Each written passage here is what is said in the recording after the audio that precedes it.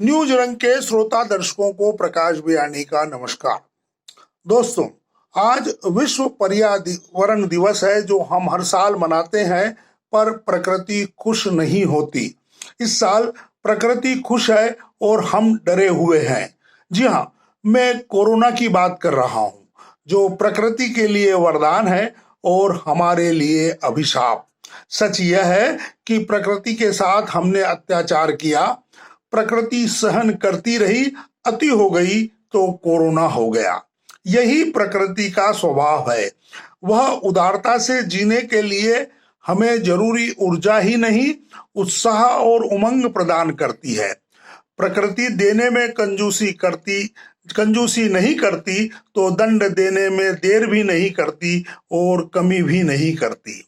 हम जैसे ही प्रकृति का शक्ति संतुलन बिगाड़ते हैं, सुनामी आ जाती है, बाढ़ आ जाती है या भूकंप। इस बार प्रकृति ने खुद को रिचार्ज करने और हमें दंडित करने के लिए कोरोना को चुना है। जी हाँ, कोरोना ने हमें घर में नजरबंदी की सजा दी है ताकि प्रकृति रिचार्ज हो जाए। यह रिचार्ज हम सब देख सकते हैं। 60 दिन में ही पेड़ पौधे ही नहीं, पशु पक्षी तक खुली हवा में सांस लेने लगे हैं। 60 सालों से हमने गंगा की सफाई का बार बार संकल्प दोहराया, पर गंगा साफ नहीं हुई। अरबों रुपए में भी नहीं होने वाला यह काम कोरोना ने बिना खर्च 60 दिन में कर दिया। हमारे अपने प्रदेश की महानदी नर्मदा का जल ए कैटेगरी हो गया है और इंदौर की कान जैसी नदियां जो गंदा नाला बन गई थी, उनका जल स्नान योग्य हो गया है।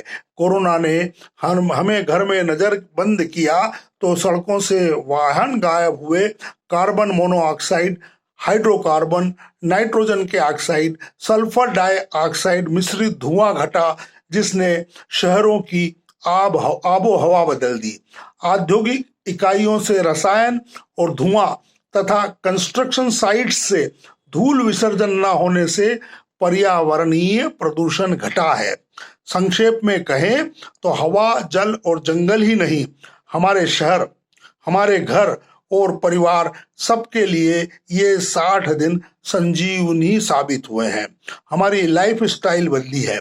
हमने घर में बना हेल्दी फूड खाया है। कोरोना के डर से ही सही, आलस्य छोड़कर हमने एक्सरसाइज की है। हम जल्दी सोए, जल्दी उठे, बगीचे नहीं जा पाए तो छत पर जाकर मॉर्निंग वॉक की। इन सबसे महत्वपूर्ण, पहली बार हमने इतने दिन परिवार के साथ बिताए, जिससे रिश्तों की बॉन्डिंग मजबूत हुई है।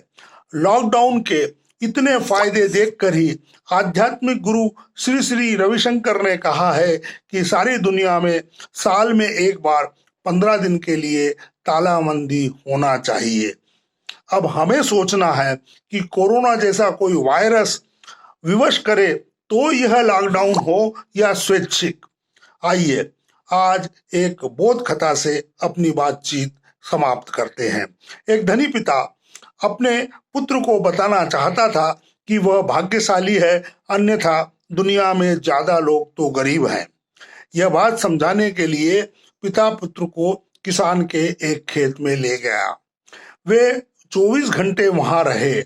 लौटते समय पिता ने पुत्र से कहा, देखा, हमारे पास सब कुछ है, इनके पास कुछ नहीं।